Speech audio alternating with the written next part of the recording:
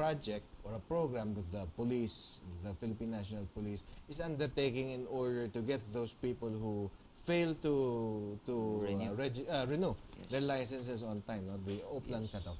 What are your thoughts on that? I mean, on the one hand, it's just a gentle reminder, but on the other hand, and we will talk to a prominent lawyer later, what is the impact of that? Actually, first-hand experience regarding to the Oplan Katok. No? I had policemen knock in our door, I think, mga 2 days ago lang. Yes. Yeah.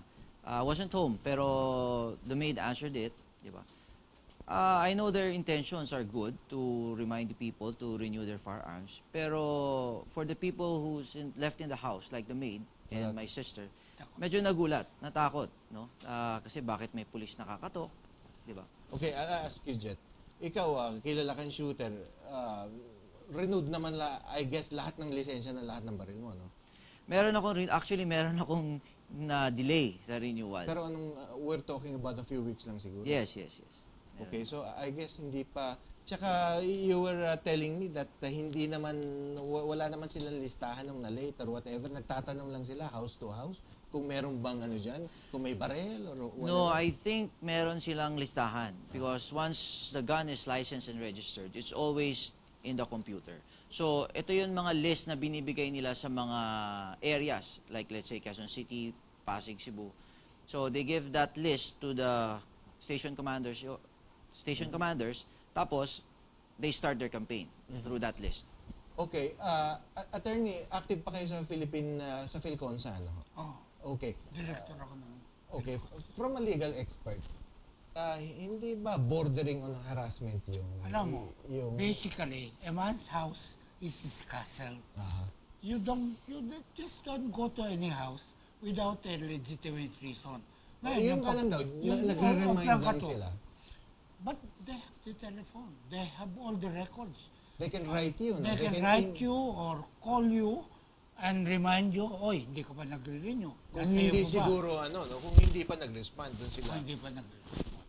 Pero yung pagkatok ng bahay, ako, hindi pa pananakot yun. I get irritated pag kinakatok yung bahay namin na, bakit mo kinatok? Ay, bibili ba ako kayo ng dyaryo?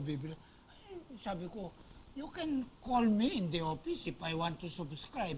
Padalan mo ako ng subscription. Kasi there are other means. Ang pagtingin ko sa katok-katok na yan, yung pagkatok-katok na yan, mukhang pakita lang. Okay, on the one hand, no? Pero meron psychological effect yan. Siguro nga, that can get people to renew, no? Pero you have to take into account the fact that a gun that was purchased legally, kung na-late lang yung payment mo ng dues, basically, parang tax or tariff lang hindi mo nababayaran dyan eh. Hindi yung iginigiit nila, uy, loose firearm na yan, as if you're going to use it to rob a bank. So that has to be different. You have to differentiate that. A loose firearm that is really loose, and a gun that is just a little bit delayed as far as paying the government dues, taxes, or tariffs are concerned. So, iba yun. May mga grace period ba yan? Na hindi ka nakapag-renew on time, do you have a grace period to renew it? So, I guess, from the Philippine Constitutional Philconsa, what's the... Philconsa is what? Philippine Constitution Association. Okay, so I guess that's something that you can take up in your meetings, no, eventually. Yeah. Okay, I have some text questions. We received some text questions from our viewers. This one is for Jethro. Mon from Quezon City, from QC, asks, what are you doing to ensure good citizens will not be denied protection? Okay, medyo malalim yung question ni Mon from QC. He doesn't mention guns, no? Pero siguro yun ang pinatutungkulan niya. So what are you doing? Actually, right now, since may nangyari yung mga incidents natin for the past month, everybody is clamoring for stiffer penalties. Right now, we have this bill in the Senate who is exactly containing these stiffer penalties. For example, illegal possession of firearms right now will bear a penalty of like 6 years. In this new bill, magiging 20 to 40 years ang mga penalties ng mga unlicensed firearms. Is that fair, Jet? I mean, kahit na hindi ginamit sa krimen, of course, if it's illegal, it's illegal. No? One thing. Pero there's also an issue of fairness. Is the punishment commensurate to the crime, illegal possession? 20 years? Well, Hindi siguro ba we parang should North do rin Korea kasi, na tayo, no? kasi bakit, pwede naman kasi maglisensya ng firearms. No? Bakit hindi? Bakit mo hindi palilisensyaan if you have no bad intentions?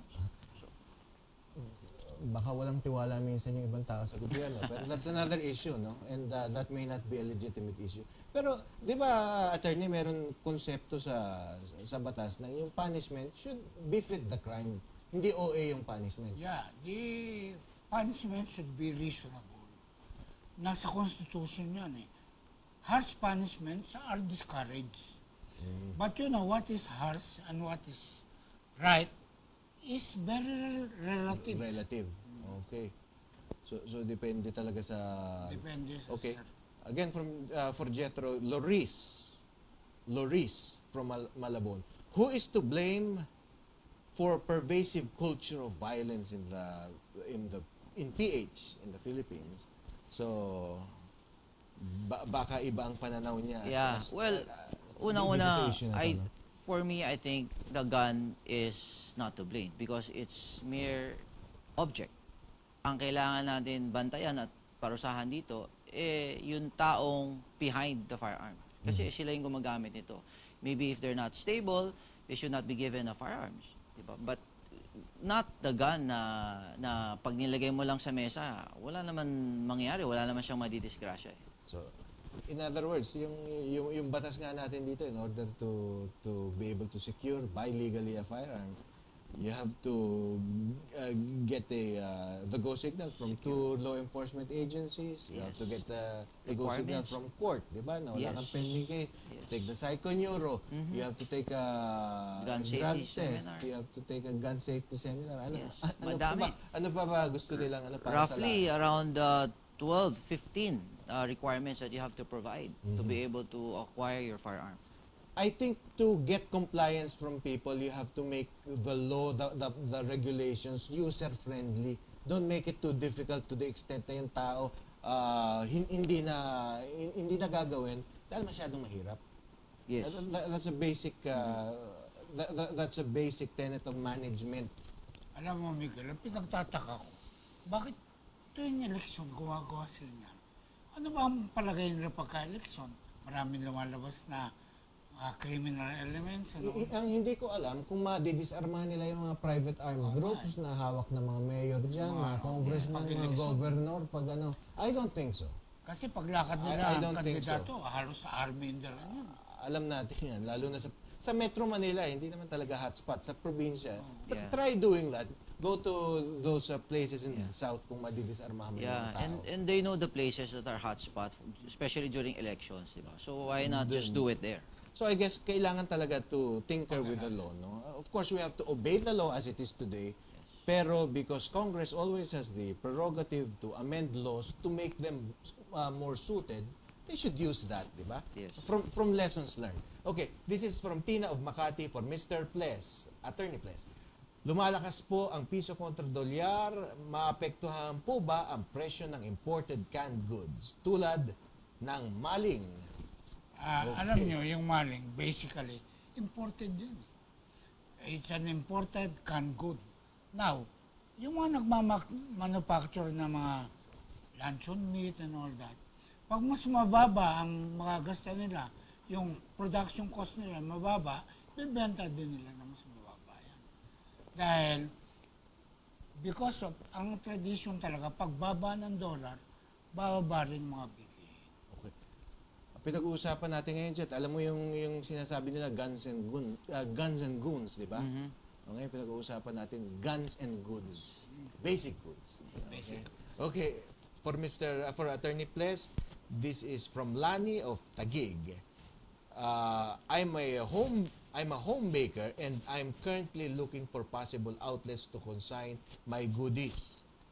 Are supermarkets open to small home-based bakers? What can you suggest to help me penetrate the market? Yung isang member namin, talagang pinagbibigyan yung mga entrepreneurs na ganyan. Why don't you go, write your product and describe it, and then go to our purchaser. But they're always open to talk to you. Alam mo, dito sa Practical Business Attorney, makatulong lang tayo ng isang tao per episode na makakuha ng trabaho, makakuha ng business. ng kabuhayan niya, masaya na tayo. So, okay.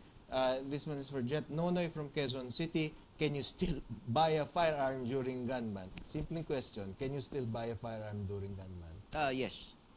Pero hindi mo makukuha Until may makuha tayong COMELEC exemption.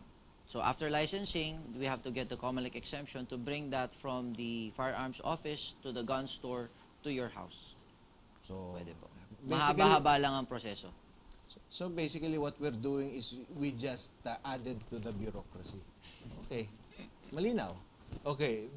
Ang dami natin, okay, Salvador from CDO. So this is Cagayan de Oro. Marami tayong viewers sa Cagayan de Oro. Wonder why. How are you using your popularity, wow, to show others that shooters are nice people? So this is not an AFAD issue, this is a personal issue for you. How are you using your popularity to show others na nice guys ang shooters? Well, unang-una kasi, once you're involved in the sport, you'll have discipline. No? So, through training, you carry a lot of responsibility since firearm ang dala mo, di ba? And you know the damage and the danger that a firearm can do. Kaya I'm pretty sure once you're involved with the sport, mas magiging safe ang tao. Okay, this is from Alex, also from QC. No, I think nag-text na before si Alex, pero I will. This is especially for you. No, Sir Jet, what is the best 9mm gun offered in the market for simple citizens like me? Okay, I'll let you answer that anyway. Actually, there's a lot of available brands there. Depende na lang po sa requirement nyo, no? If it's for your house only or for the sport. We have the arms core, the 9mm of arms core, the Tanfoglio. We have the Glocks also, and we have the HNK and other brands that are available in the gun stores. Siguro ang importante dyan is what you can afford and what you can handle well. Yes, Dahil ultimately, buhay ng pamilya mo nakataya dyan. Tama. At saka when you decide to purchase a firearm, make sure that you learn how to use this. Okay.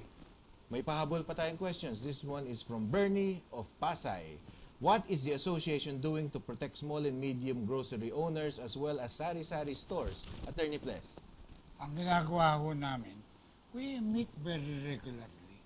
At kinakausap namin sila tungkol sa quality and pricing of goods. Ngayon, yung mga maliliit, kung minsan sa amin bumibili. Sakop nyo ba yan? Sakop nyo yung maliliit? Di ba iba yan? Parang Iba. pag-asa? Pag-asa yan. Yes, so.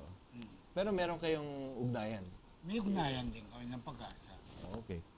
So, Cindy of Marikina. Attorney Ples, is it still good to enter into the business of retail, particularly sari-sari stores? So, I guess talagang marami tayong naabot na grassroots dito. Maganda talaga, lalo na kung nag-iisa ka sa isang community. Talagang ikaw ang puntahan. Ang problema lang, maraming magtitinda na nalulugi dahil nagpapautang, mahirap maningil. Ang maaaring ipayo ko sa inyo, kung magbubukas kayo ng retail store, pinakamaganda kung maaari lang, cash-to-cash basis. Okay. On that note, Jethro, your parting shot to our viewers regarding the issues of the day. Well, the association is always here to help the enthusiasts, the people who wants to purchase your firearms. Just visit us in the different gun stores near your neighborhood. Okay. Thank you. We hope today's show gave you some useful and potentially life-changing ideas in the internet, Our website is www.practicalbusiness.tv. That's www.practicalbusiness.tv. And please like Practical Business TV on Facebook.